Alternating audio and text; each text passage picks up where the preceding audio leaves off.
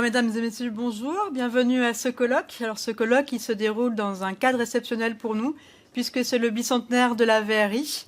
Ce bicentenaire, on l'a mis sous le titre de Éclat. Donc, c'est 200 ans d'histoire, 200 ans de créativité, de soufflage de verre, 2 siècles où le verre, dans sa simplicité apparente, comme on le verra aujourd'hui, a été le témoin d'une aventure humaine importante, ici pleine de savoir-faire et d'innovation. Donc, je vous demande d'imaginer un instant 200 ans de soufflage, 200 ans de chaleur, de sueur, de passion, 200 ans où chaque bouteille de champagne a été façonnée pour accompagner de grands événements, où chaque flacon de parfum a transporté des senteurs assez envoûtantes.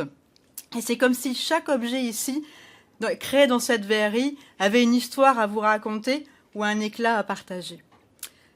Mais, mesdames et messieurs, notre verrerie a un besoin urgent de rénovation et de renouveau, car aujourd'hui, elle ressemble plus à une vieille bouteille abandonnée dans une cave poussiéreuse.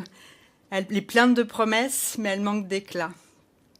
Et c'est là que nous intervenons aujourd'hui, car nous ne devons pas laisser cette verrerie disparaître dans le silence, parce que notre verrerie, après 2 siècles de beauté, a besoin de votre regard et de notre énergie. C'est pourquoi, à travers ce colloque, Verre en perspective, nous souhaitons non seulement célébrer l'histoire du verre, mais aussi entrevoir l'avenir. Ce colloque, donc, est une occasion unique d'interroger, d'explorer les multiples facettes du verre, tant dans l'architecture que dans l'emballage. Et nous avons le privilège, pendant 2 jours, de réunir des industriels, des chercheurs, des conservateurs, des artistes, des historiens, en gros, des esprits curieux et passionnés, prêts à échanger, à interroger, à imaginer ensemble le futur du verre dans notre société. Donc un grand merci en avance à tous ces intervenants qui généreusement partagent leur savoir et leur passion avec nous pendant 2 jours, ainsi qu'à Jean Hardy, à ma droite, qui est un ancien du verre plat et qui est consultant depuis plusieurs années, et qui a surtout accepté la délicate tâche de modérer l'ensemble de la journée, des 2 journées même. Donc je vous souhaite à tous des échanges passionnants et une belle aventure pour ces 2 jours. Et je laisse la place donc à Jean Hardy. Merci Stéphanie et bienvenue à tout le monde. Donc voilà, je crois que Stéphanie a un peu planté le décor. Je tiens d'abord à la remercier ainsi que l'écomusée de l'Avesnois de m'avoir proposé cette tâche qui a certains aspects un petit peu pas très gais. Je serai le gardien du temps avec ma montre. Et de temps en temps, je devrais peut-être rappeler certains conférenciers d'accélérer le processus. Côté plus agréable, mais c'est le networking, c'est l'introduction, un petit peu le petit message que je vais donner. Et puis voilà. Alors, la journée, donc, c'était bien découpé. Aujourd'hui, on est plutôt ce qu'on appellerait verre plat, et demain, plutôt verre creux. Ouais, il y a des échanges, des passerelles entre les deux. Et aujourd'hui, avec Stéphanie, on a défini un ordre qui nous semble assez logique. On commence, je dirais, par de l'historique. Bonjour.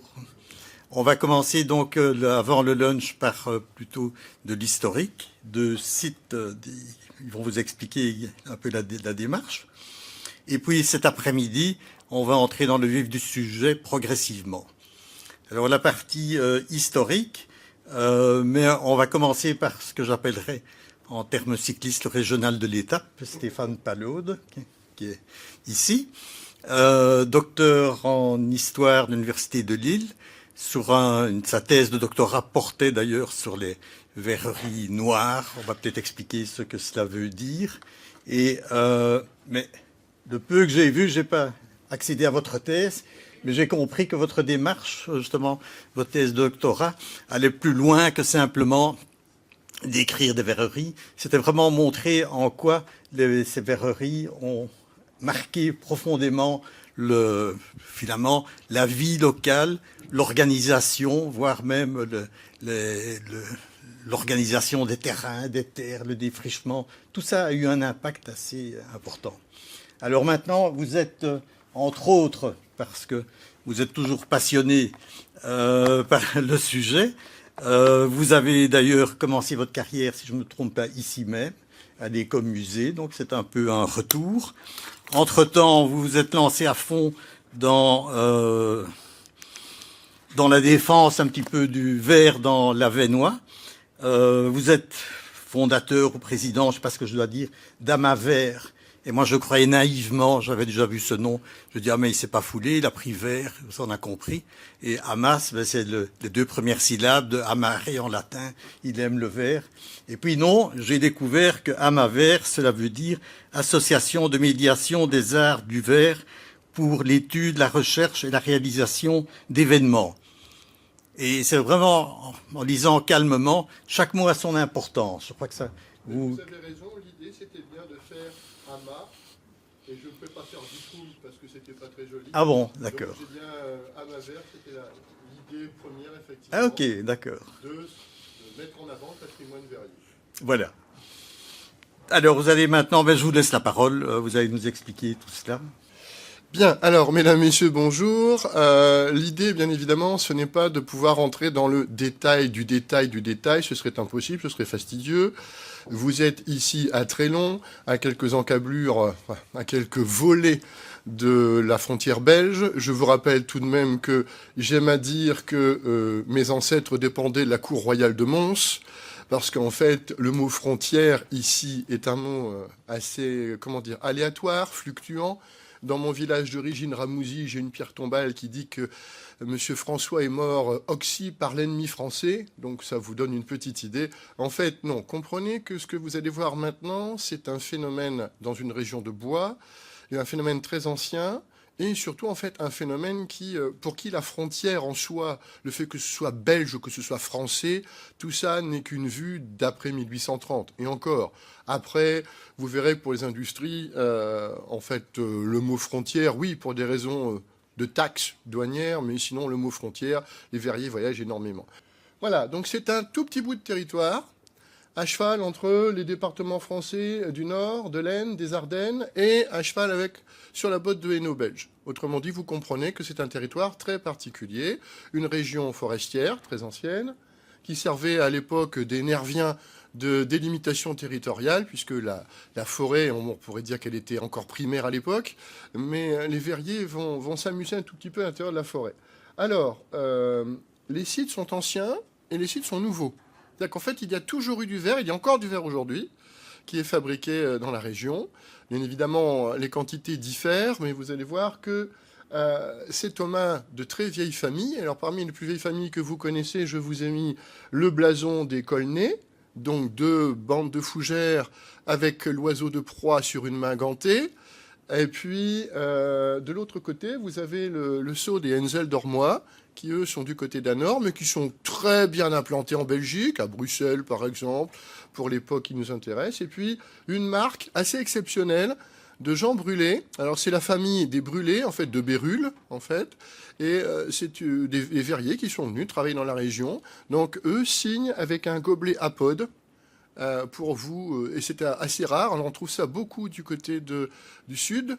Mais là, de notre côté nord et extrême nord, enfin, ça dépend. On pourrait dire que nous sommes le sud du département du Nord, donc nous sommes des méridionaux, mais ça ne marche pas comme ça. Alors, je vous mets un état des verreries qui ont été fondées. Alors, pourquoi ? La plus vieille verrerie que l'on connaisse dans la région, c'est celle de Momigny, du Fourmateau. Et en 1464-65, les événements politiques font que le territoire n'est plus très sûr, ce qui fait qu'un Colnay décide de venir s'implanter de l'autre côté de la frontière, autrement dit, sur le terrain de l'abbaye de Clairefontaine, c'est en 1466, et à partir de là, c'est ce que j'ai appelé, alors c'est une métaphore, le défrichement de la terre par le verre. Alors pourquoi appeler des verriers ? Simplement parce que je vous rappelle que pendant la guerre de 100 ans, qui s'est passée juste avant, tous les écarts des grands domaines religieux n'ont plus été cultivés. Bien sûr, c'est trop dangereux. Et donc, vous savez qu'en 100 ans, la forêt reprend son droit sans aucune difficulté. Et donc, on est très content d'avoir des verriers parce que ça permet en fait de défricher le terrain. Je vous rappelle que les verriers se déplacent et déplacent leur four à mesure de la proximité du bois. On ne paye pas de frais de transport, ce serait trop compliqué. Donc, dans un rayon de 5 km à peu près. Et les verriers sont vraiment absolument géniaux puisqu'ils vous brûlent jusqu'aux souches. Et je vous rappelle que quand vous brûlez le bois, la souche ou le bois, je vous rappelle que vous avez les cendres, avec les cendres, on les lessive et on obtient un désalcali qui permet de fabriquer du verre. Autrement dit, rien n'est perdu. Donc ici, quand les verriers sont arrivés, alors une fois j'ai une personne qui m'a dit mais on n'avait pas d'instrument aratoire en verre. Ben non, bien sûr que non, vous l'avez compris. L'idée c'est bien, avec 3 abbayes dans la région, donc Clairefontaine, l'abbaye de Clairefontaine, puis une autre abbaye que je vous ai mis ici, l'abbaye de Bucilly et l'abbaye de Foigny, puis l'abbaye de Saint-Michel. L'idée c'est d'utiliser les verriers pour justement rentabiliser un terrain qui ne l'était plus. Et une fois que le terrain est totalement défriché, il est rendu à la culture et les verriers avancent sur les terrains qui avaient été repris par la forêt. Voilà. Alors, du côté français, c'est très amusant, je vous présente rien que le petit morceau. Vous voyez, c'est absolument ridicule ce morceau.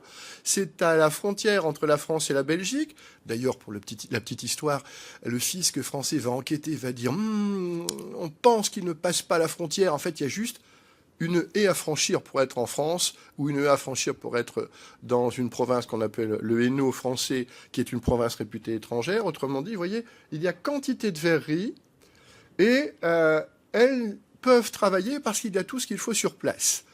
Le sable, donc sur le territoire de Clairefontaine, vous avez un immense gisement de sable. Là, le front de taille fait 15 mètres de haut. La carrière est exploitée. Et puis, nous avons fait l'essai, en retrouvant une vieille recette ici en 2009. Vous mélangez tout simplement un volume de sable avec 2 volumes de cendres de bois tamisé, vous chauffez à 1100-1200 degrés et vous avez du verre. Je vous rassure, du vrai verre, puisque le verre a été soufflé par les verriers d'ici. À l'époque, c'était Alain Aschbauer.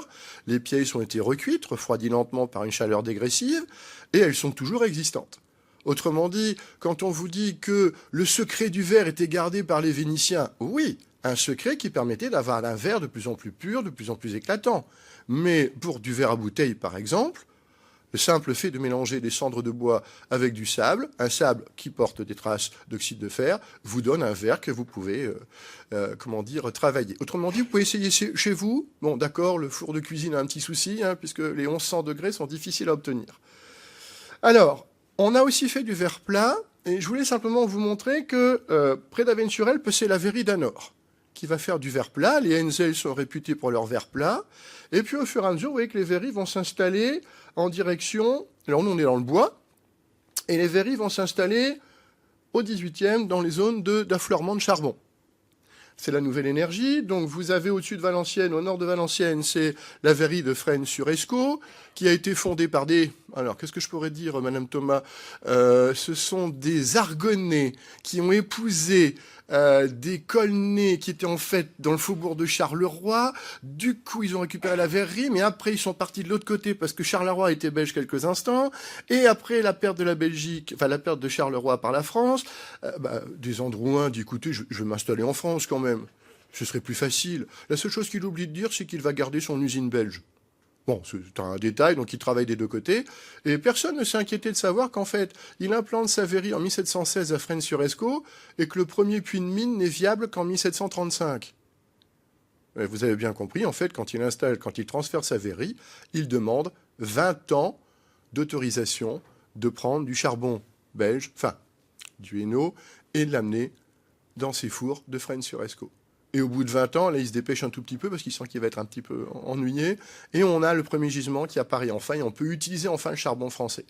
Donc vous voyez, la première verrie française qui fait du verre plat dans le nord de la France, à Fresnes-sur-Escaut, eh bien tout simplement utilise du charbon qui vient de la région de Mons en Belgique. Voilà, il faut bien utiliser les barrières douanières pour quelque chose. Et vous avez aussi Dunkerque. Alors vous allez me dire, Dunkerque, c'est bizarre, mais il n'y a pas franchement de mine de charbon. Vous avez le charbon qui vient d'Angleterre. Et quand le roi dira « Non, pas possible », bon, on trouvera du charbon qui viendra de la région de Valenciennes ou de Douai, on va y arriver. Et pour Douai, c'est un établissement qui est créé en 1786 et qui ne tournera que 2 ans, puisque la Révolution va venir faire cesser l'activité, non pas parce que le verrier est un noble, mais simplement parce qu'il meurt du suite d'une longue maladie. Et donc, en fait, les héritiers n'étant plus présents, la République met les scellés sur l'établissement. Alors, pour continuer, voici la grande région du verre au 19e. Cette grande région du verre, je vous ai mis quelques noms. Je vous ai mis maintenant une liste. Ne prenez pas tout, c'est fastidieux, mais regardez simplement. Gobelet, bouteille, flacon, flacon, gobelet, flacon, bouteille, verre à vitre, enfin, du verre plat, on fait de tout. On fait de tout dans la région, absolument de tout, tout ce qui peut être vendu. autrement dit du flaconnage. Madame Ferrignol nous a rappelé qu'ici on avait fabriqué des flacons et avant des bouteilles. Et dans la région de la Sambre, on va faire du verre plat. Donc voici quelques exemples pour un voyage en carte postale, si vous le voulez bien. Donc vous avez Rouzy, vous avez Gemont, vous avez Boussois. Alors, soit vous avez du verre, soit vous avez de la glace. Je vous rappelle que la glace est un verre plat de qualité supérieure dont on a gommé les défauts de surface sur les deux faces. C'est pour ça que ça coûte aussi cher, en fait. Pour les mauvaises langues, je dirais qu'à Saint-Gobain, les premières glaces ont été soufflées, puis elles étaient doucies et polies, et ensuite on a terminé de mettre au point la fameuse coulée sur table, donc épancher une quantité de verre chaude sur une table en métal, puis passer un rouleau pour obtenir une surface qui est bien plane. Je vous rappelle quand même qu'à partir du moment où vous faites passer le rouleau et que vous mettez votre verre sur la table est en métal, donc elle va imprimer des défauts de surface à cause de la chaleur, et le rouleau va imprimer des défauts de surface à cause de la chaleur, d'où l'obligation de doucir, de polir les deux faces du verre. Alors bien évidemment, plus tard, alors là vous avez d'un côté les glaces à Aniche. Alors les glaces sont gigantesques quand même, puisqu'elles font à peu près 3 mètres de long sur 2 mètres de large. Alors aujourd'hui c'est encore plus grand. Et là vous avez alors le procédé que nous devons à deux Belges, surtout Émile Fourcault et Émile Gob, et c'est un procédé qui permet de tirer une langue de verre chaud, c'est le procédé Fourcault, du four à bassin, et vous avez une langue en continu en fait. Bon alors malheureusement, le verre n'est pas d'aussi bonne qualité que la glace, puisque, je vous rappelle, la glace, il faut doucir et polir les surfaces. Alors, gobelet, flacon, bouteille, ben vous voyez, je suis toujours dans la même région, tout ça est très très très concentré. La plus vieille, c'est le Fourmi Mon Plaisir. Alors, je vous ai mis une photo, les bâtiments ont pratiquement disparu. Ceux-là, en tout cas, ce sont les bâtiments industriels. Cette verrerie date d'à peu près 1605, enfin 1599-1605, et elle va continuer de fabriquer du verre jusque dans les années 1870. Alors, pour le plaisir, on y fabriquera des flacons, et les archéologues ont du mal à comprendre que la verrerie de Oui Mon Plaisir à Fourmi fournissait Marseille. En fait, oui, parce que Paris est une plaque tournante. Donc on va à Paris, on découvre les clients, et ensuite on expédie par voie de chemin de fer. Donc ça ne pose absolument aucun problème. Sauf que cette verrerie du Oui Mon Plaisir s'arrête dans les années 1870, parce qu'elle était très bien quand elle était dans les bois, elle n'est absolument plus opérationnelle quand elle se retrouve loin de tout, et loin de Fourmi surtout. Je vous présente Sarpoterie. Alors, vous connaissez le Muse-Vert. Sarpoterie, verrerie d'en bas, début du 19e siècle, verrerie d'en haut, milieu du 19e siècle. Ce sont quelques vues que vous avez. Trélon Baccarat. Ah oui, je ne peux pas faire autrement quand même. Alors, vous vous retournez, mais je veux dire cérébralement, et à vol d'oiseau, à 200 mètres, vous avez le château de Trélon. Et à l'arrière du château de Trélon se trouvait la première verrerie de Trélon qui ouvre au début du 19e siècle, simplement parce que le prince de Mérode, enfin il n'est pas encore prince à l'époque, veut rentabiliser l'immense domaine forestier qu'il a. Et donc en fait, on lui dit, bah, tiens, ce serait bien de créer une verrerie. Il va créer sa verrerie, ça va pas bien fonctionner du tout, ils n'ont pas de chance, ils fabriquent des bouteilles, et en 1807, c'est le début de la chute de la production dans les vignes de Champagne. Autrement dit, les bouteilles se vendent à très mauvais prix. Et donc, on parvient à vendre l'établissement à la compagnie de Baccarat, et on va fabriquer du cristal de Baccarat, four de Trélon, dont on en a un unique exemplaire, c'est ce flacon. Alors, c'est le socle, c'est le flacon, et en soufflé, moulé, Napoléon, c'est le bouchon. Alors, si vous le voulez, il y a aussi la version Mamelouk, il y a la version Voltaire, mais nous n'avons que la version Napoléon, qui se trouve au Musée national de la céramique à Sèvres. Voilà. L'intérieur de la cour, dans les années 1870-80, photo exceptionnelle pour une exposition qui avait eu lieu ici, Trélon, Charleville et Gleijon, 3 verreries réunies. D'autres verreries qui sont intéressantes, puisque par exemple Momigny a été créé par des Français. Ce sont des capitaux français. Il n'y a qu'un seul Belge dans l'histoire, c'est Augustin Gillet. Et Augustin Gillet, en fait, l'idée, c'est vous passez de l'autre côté de la frontière, c'est tout près, hein, et ça vous permet d'éviter de payer les taxes douanières. C'est toujours une affaire d'argent. Désolé, hein, mais le commerce, c'est de l'argent. Et vous avez la verrie du Quesnoy. Vous êtes sûrement passé devant, pour les plus anciens, très régulièrement, en dessous du passage à niveau, après le passage à niveau à la sortie des fortifications. Maintenant, vous avez le contournement. C'était la verrie du Quesnoy. Aujourd'hui, tout ça a disparu. Vous avez aussi d'autres verreries. Alors, je fais un chemin très rapide puisqu'il y a énormément de sites. Vous avez Hirson qui fabrique de la bouteille. Vous avez Anor qui fait du flaconnage. Mais la verrie juste à côté, à 200 mètres à vol d'oiseau, fait de la gobletterie, c'est Saint-Gorgon. À côté de la gobletterie de Saint-Gorgon, à 200 mètres à vol d'oiseau, vous avez la verrie à bouteille. Donc en fait, il y a une quantité de verries qui sont dans la région. Vous avez Landrecy, qui est une très vieille verrie. Alors, petit détail pour Landrecy, elle a été fondée avec des capitaux belges. Mais ce sont des verriers, alors on va dire français entre guillemets, ça m'amuse beaucoup, mais fondés par ce sont les banquiers belges qui ont amené de l'argent. Ça va pas fonctionner du tout, puisqu'au moment où elle s'ouvre, les bouteilles ne se vendent pas. On va y faire du verre à vitre, et puis on finira par y faire de la gobletterie, ce qui va réussir. Alors, Quicangrogne, voilà ce qui reste de Quicangrogne avant sa totale destruction dans les années 1970 ou 70, comme vous voulez. En fait, tout ça avait été remis en activité jusqu'en 1935, et je ne vous laisse pas de savoir que les années 30 ont été des années très critiques pour toutes les verreries de la région, puisqu'il a fallu trouver de grands groupes pour s'associer, Saint-Gobain ou Souchon-Neuvecelle par exemple, pour pouvoir survivre. Puisque de toute façon, pour que vous ayez un ordre d'idée, la production des bouteilles de champagne à Anor en 1930, fin 1930, a perdu 80% de sa valeur en janvier 1931, à cause de la crise. Alors là, vous ne pouvez pas avoir une trésorerie qui permet de surmonter cette difficulté. Alors, je passe au fur et à mesure, parce que ce qui est intéressant, c'est que le marchand Leroy et compagnie, petite photo de famille si vous voulez, hein, le site, qui est une ancienne sucrerie reconvertie, hein, l'image de droite, c'est la sucrerie, eh bien, en fait, va fabriquer du Boralex, du verre au borax. Mais Boralex, vous connaissez peut-être, puisque la société existe toujours dans la vallée de la Brelle. Voilà, donc société toujours active, toujours du verre au borax.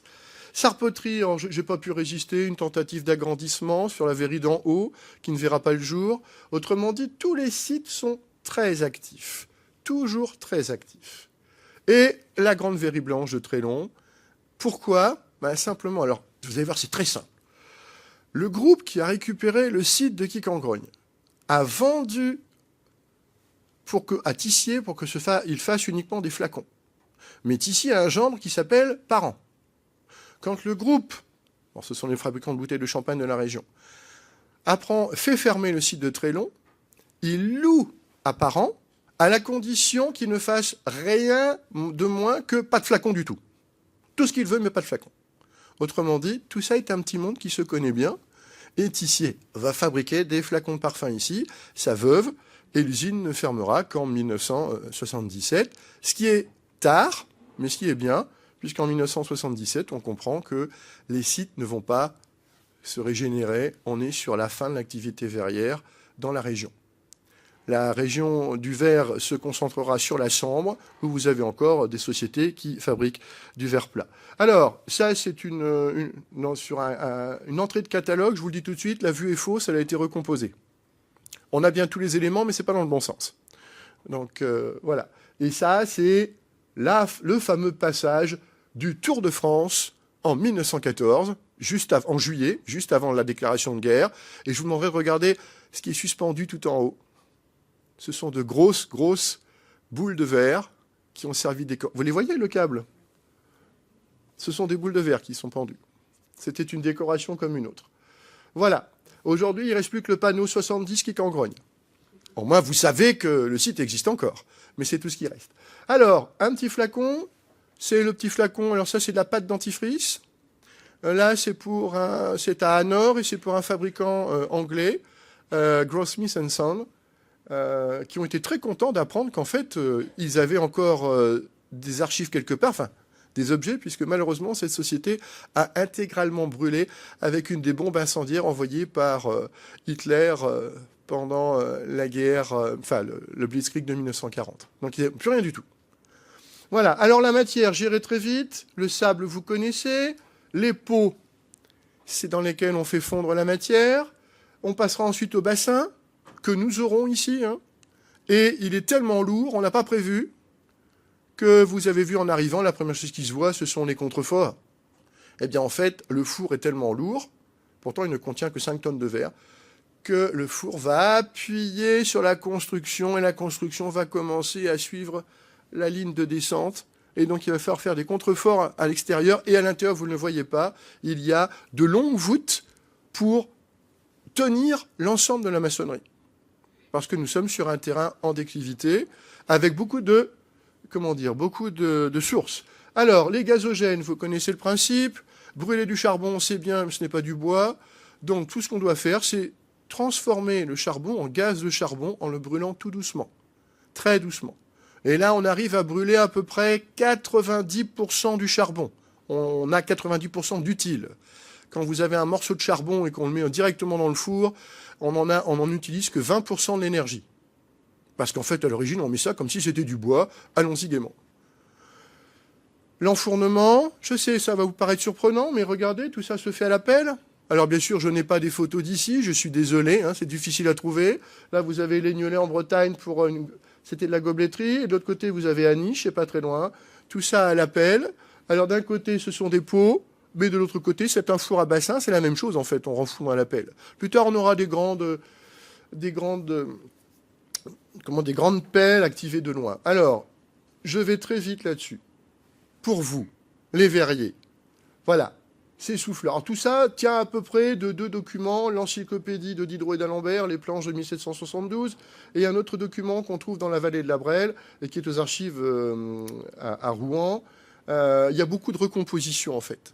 Toujours de la recomposition. Alors, je vous dis quand même, je n'ai pas encore vu de verrier sur les photos d'époque qui souffle le verre avec le petit gilet de flanelle.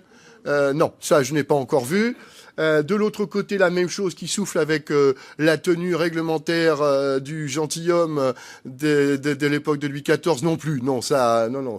Il manque plus que la perruque. Et là, nous sommes sur une contrefaçon incroyable. Là, vous avez des photos sur place. Alors, à votre droite, c'est Baillel. Au centre, c'est Carmaux. Et, exceptionnellement, ici, sur votre gauche, c'est la gobletterie de Glageon, où on fabriquait du service de table. Oui, excusez-moi. Et ici, eh bien, vous avez du soufflage de verre à vitre à votre gauche. Et à votre droite, vous avez... Eh bien, c'est Jean-Baptiste Pinel qui travaille le verre ici encore à l'atelier. Donc, ce qui est bien, c'est que le verre continue d'être façonné ici, dans cette partie de l'atelier. Donc, je vous reprends. La glace. Je vous montre la glace. La bouteille. Allez, la bouteille. Mais si, la bouteille. Vous avez toutes vu ces planches. Vous avez regardé? Vous n'avez pas regardé? Regardez, tout en bas, au milieu, là, avec la lettre C, B. En fait, il est en train de façonner le début de la standardisation du col d'une bouteille. On essaie d'avoir une bague qui permet de renforcer le sommet de la bouteille, qu'elle soit de bonne dimension. Et puis, vous voyez quand même, ces messieurs sont avec des grandes bouteilles de vin noir, verre noir, donc verre qui n'a pas nécessité d'apurer les matières, donc c'est l'oxyde de fer. Et en dessous, vous voyez que ces dames ont des carafes d'eau. Ça s'appelle une carafe à la bonne femme. C'est le terme exact dans le commerce, carafe à la bonne femme. Et là, c'est du verre blanc, la matière est soignée, etc. Les produits sont soignés. Voilà, on souffle. Alors là, c'est Sèvres au Bas-Meudon. On souffle à la bouche, toujours, tout le temps. Mais je voudrais que vous regardiez quand même ce brave garçon qui porte une bouteille dans son sabot. Vous avez vu, il a des moustaches. Sur la gravure d'origine, il n'a pas de moustache. Il n'a pas de moustache. Parce qu'en fait, la gravure a été réutilisée après la loi de protection du travail des enfants. Donc là, il a une moustache parce qu'il est plus vieux, bien évidemment. Enfin, vous avez bien compris, c'est juste une moustache. Voilà, les systèmes qu'on va utiliser, ça c'est exceptionnel. Vous avez fourmi sur le côté à droite. Alors, j'ai entouré. D'un côté, vous avez la pédale. De l'autre côté, vous avez la savate. Alors, la savate, vous mettez le pied dedans, ça permet de refermer le moule. Et la pédale, vous appuyez, ça permet de monter le mandrin central qui va permettre de fabriquer la piqûre de la bouteille. Sinon, avant, il fallait enfoncer ça à la main. Et tout ça, ça c'est une photo de fourmi. Voilà, bouteille faite main, avec bien sûr une standardisation du col avec ce qu'on appelle les fers à embouchure. Là, vous avez un dessin au central, tout en haut, c'est le fer à embouchure de Quicangrogne des années 1820-1830. Bien sûr, bien évidemment, comme nous sommes transfrontaliers, le brevet a été déposé à Bruxelles et pas en France, ce qui fait que pour le retrouver, ça a été extrêmement compliqué. Mais on a fini quand même par le retrouver. Voilà, c'est un cheminement pour que vous compreniez qu'il y a quantité de choses qui ont été fabriquées ici. Bon, je vous ai mis la croix ou le bureau, Popa, hein, parce qu'il faut bien se rappeler quand même, nous parlons correctement. Ça, c'est la verrie de fourmi, des photographies qui sont exceptionnelles. Là, on est en train de trier les escarbilles, donc les déchets de combustion du charbon pour récupérer des morceaux qui n'ont pas été brûlés. Et ici, le site que vous allez peut-être dans lequel vous allez pouvoir rentrer, c'est le site de Trénon. Et vous voyez, c'est ce fameux four à bassin dans la halle que vous avez vue, qui a été construite en 1893, qui va appuyer sur l'ensemble du sol, et donc il va falloir mettre des contreforts à l'intérieur et à l'extérieur.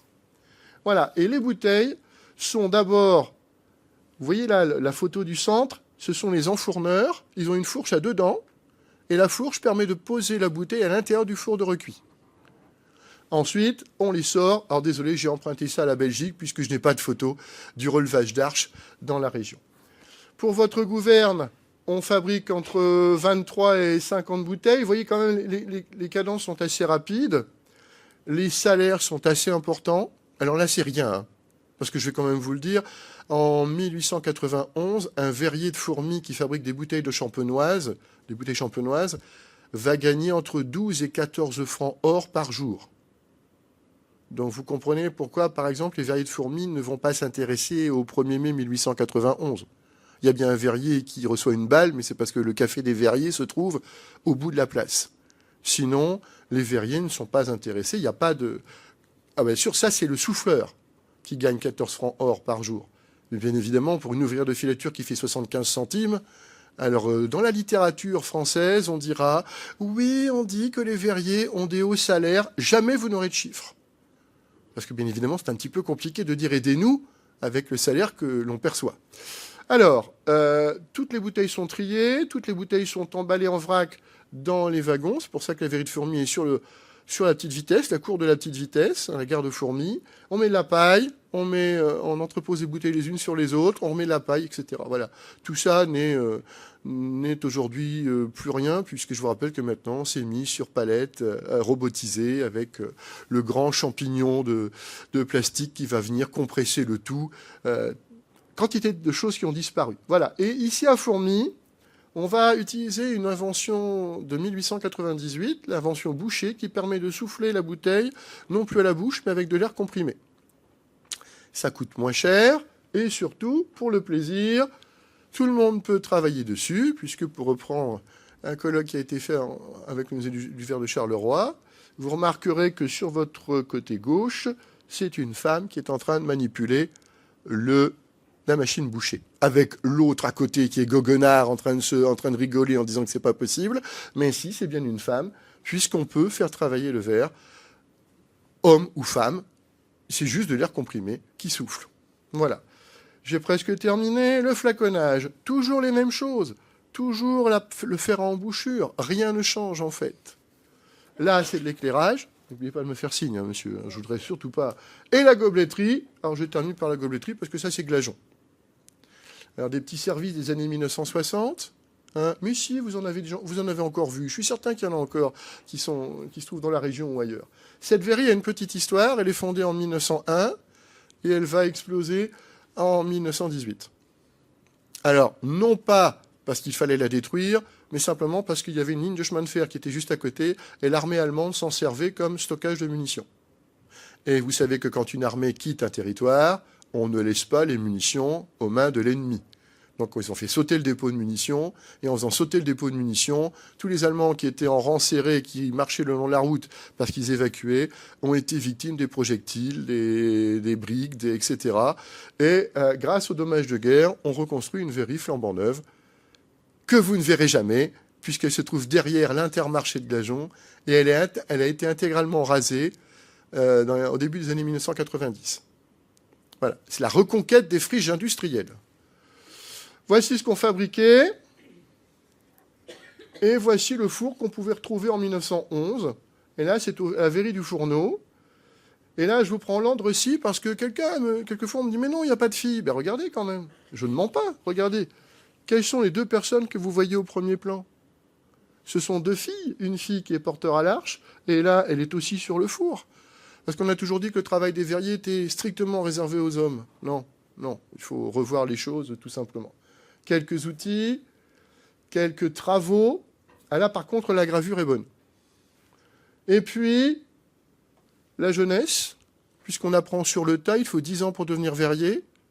Donc, on apprend en regardant les plus anciens travailler. Alors, je ne sais pas si c'était le tigre, mais c'est bien Aglajon.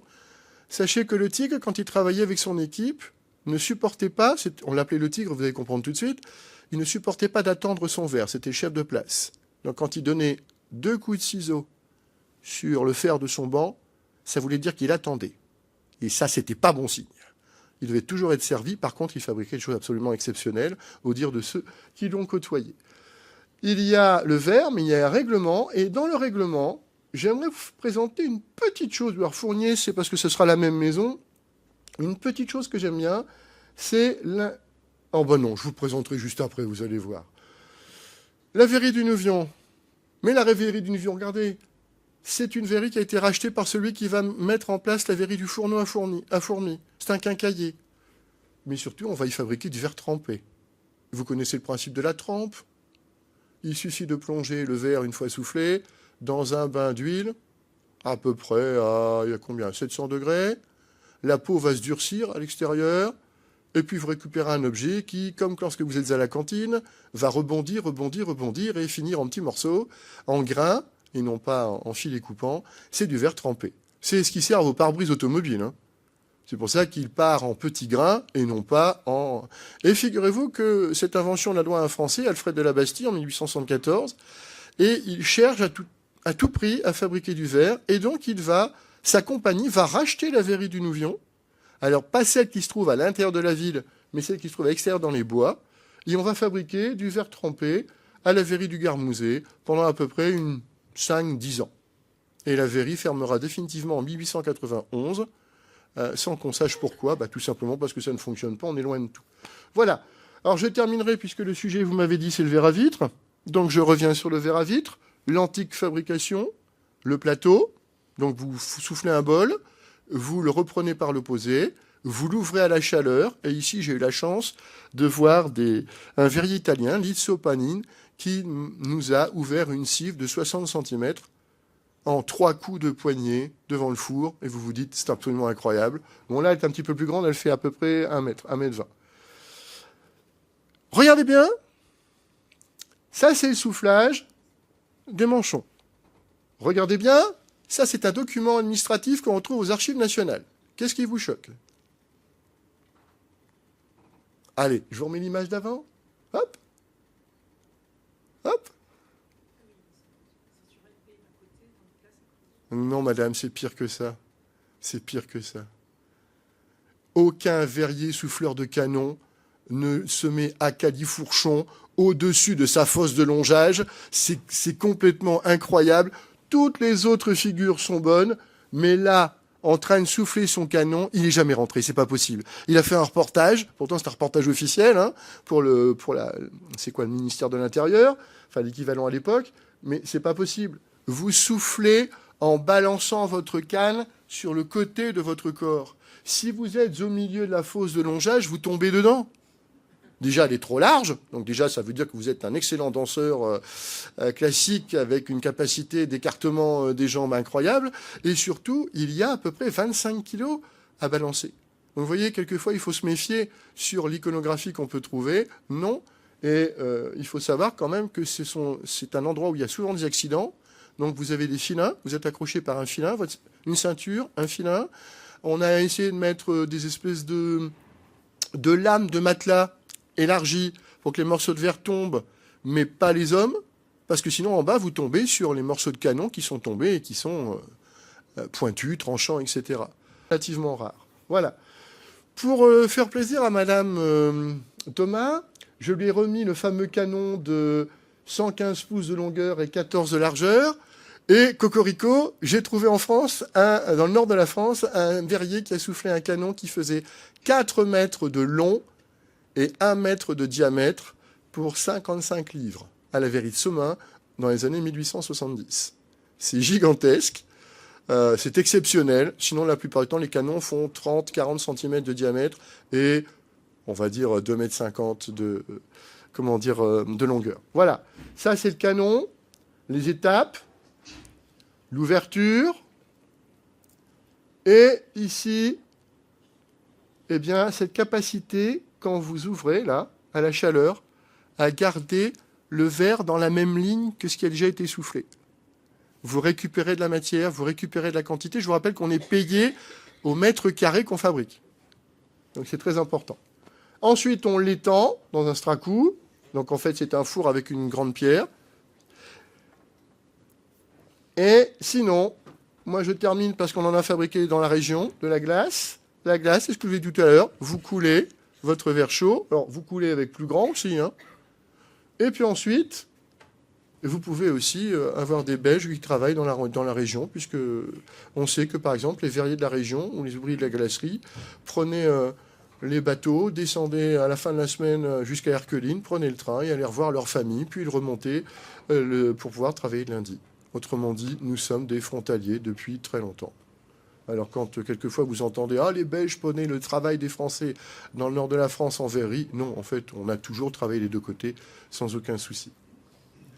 Voilà, Gemont, c'est un reportage de 1905 qui a été publié.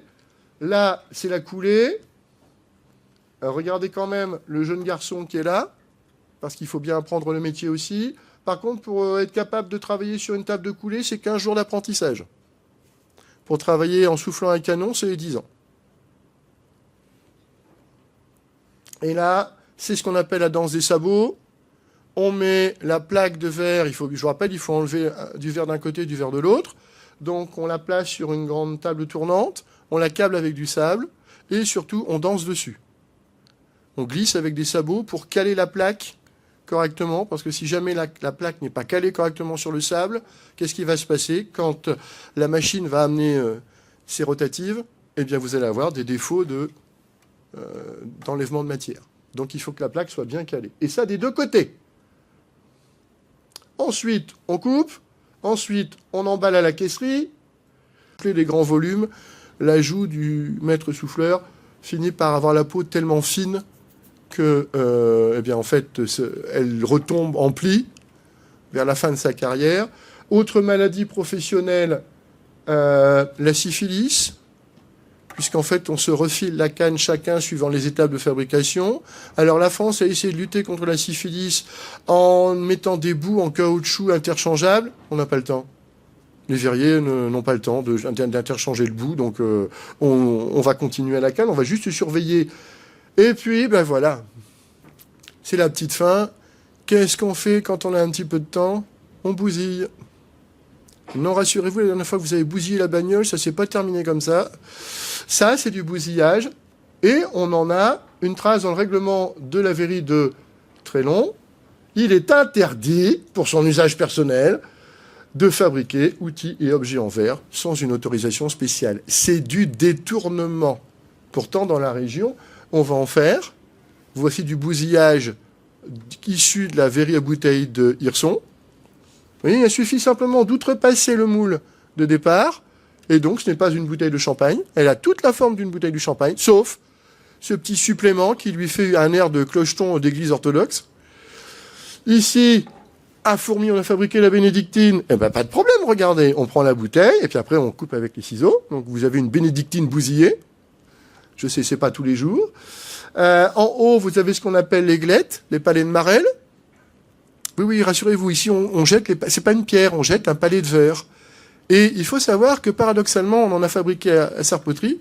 Eh bien, au moment où la verrie de Sarpoterie a eu des difficultés dans les années 20, années 30, eh bien, en fait, on va demander aux verriers si on peut mettre les glettes dans le catalogue de fabrication pour vendre.